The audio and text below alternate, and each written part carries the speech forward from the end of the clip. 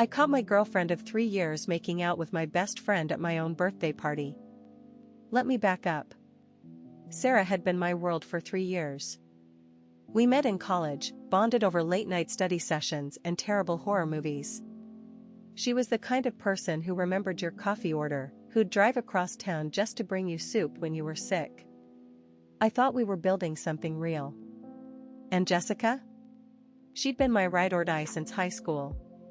The friend who held my hair back during my wild phase, who talked me through every breakup before Sarah.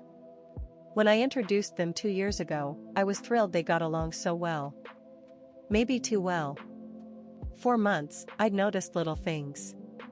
Jessica suddenly had opinions about Sarah's outfits. Sarah would light up when Jessica texted. They'd share these inside jokes I wasn't part of. But I pushed down that ugly voice in my head.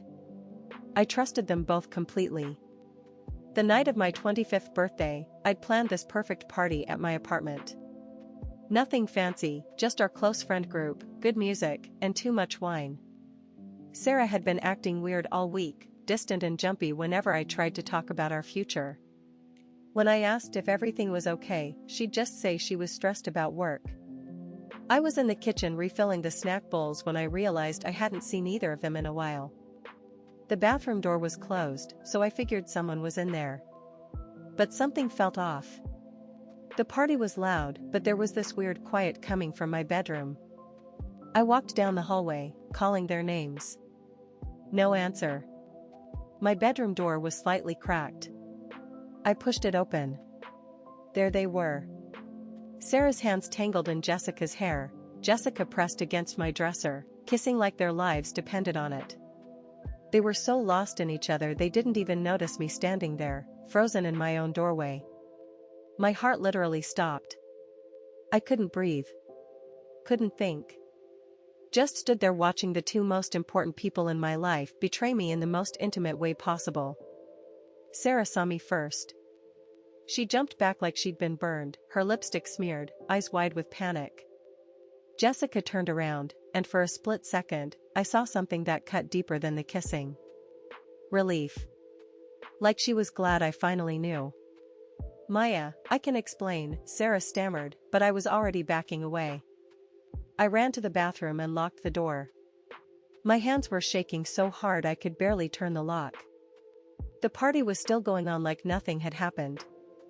Music thumping, people laughing, completely oblivious to the fact that my entire world had just imploded. I sat on the bathroom floor and cried until I couldn't cry anymore. Then I got angry. Really angry. When I finally came out, I found them on my couch, sitting way too close, whispering. They looked up at me with these guilty, pathetic expressions. We need to talk, Sarah said. You think? I snapped. That's when Jessica dropped the bomb that still makes my blood boil. She looked me straight in the eye and said, Maya, love can wait, but friendship can't.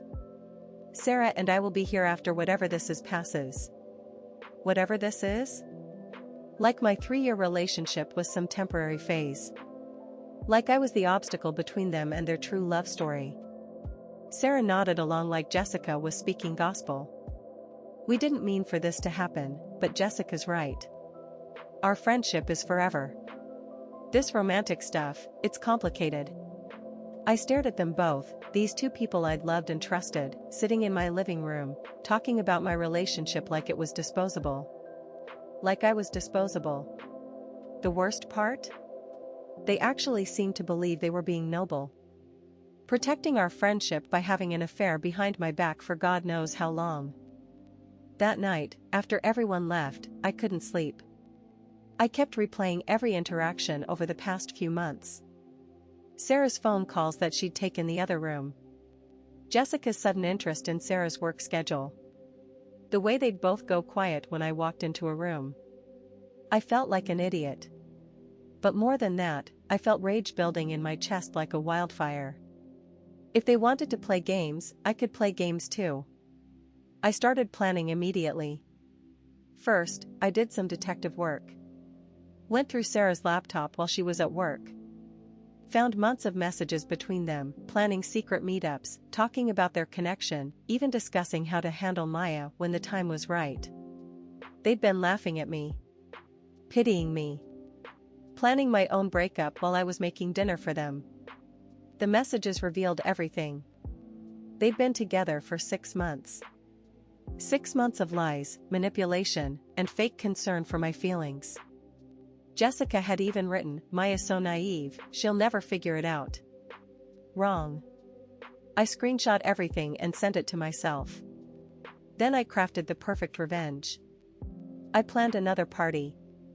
Told Sarah it was to celebrate her promotion at work. Invited all our mutual friends, including both their families.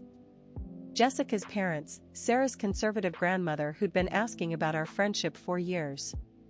The night of the party, I waited until everyone was there. Then I stood up to give a toast. "I want to thank everyone for coming to celebrate Sarah tonight," I began, raising my glass. "And I have some exciting news to share about Sarah and Jessica." They both went pale. Sarah started shaking her head slightly, but I smiled and continued. "I'm so happy to announce that Sarah and Jessica have discovered their soulmates. They've been secretly dating for 6 months, planning their future together while living in my house and eating my food." The room went dead silent. You could hear a pin drop. Jessica even said something beautiful the other day. She told me that love can wait, but friendship can't. And she's absolutely right. Our friendship definitely can't wait. I pulled out my phone. In fact, let me share some of their beautiful love messages with everyone. I started reading their texts out loud. The real ones.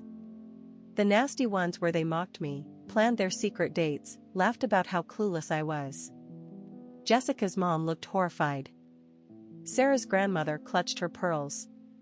Their friends stared in shock. But I wasn't done. "So I'm moving out tomorrow. Sarah, you can have the apartment since you clearly prefer Jessica's company to mine.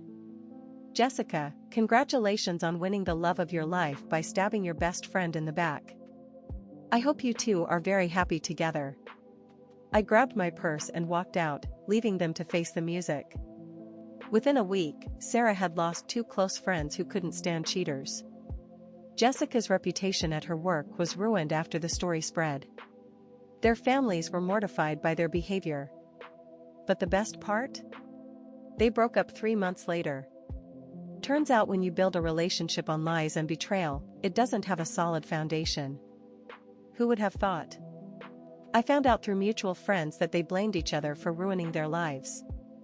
Jessica said Sarah was too controlling. Sarah said Jessica was manipulative. They were both right. Me? I'm thriving. I moved to a new city, started fresh, and learned to trust my instincts. I also learned that when people show you who they are, believe them the first time. Love might be able to wait, but self-respect can't. And real friends don't stab you in the back while planning your future betrayal over dinner. Have you experienced something like this? Tell me in the comments.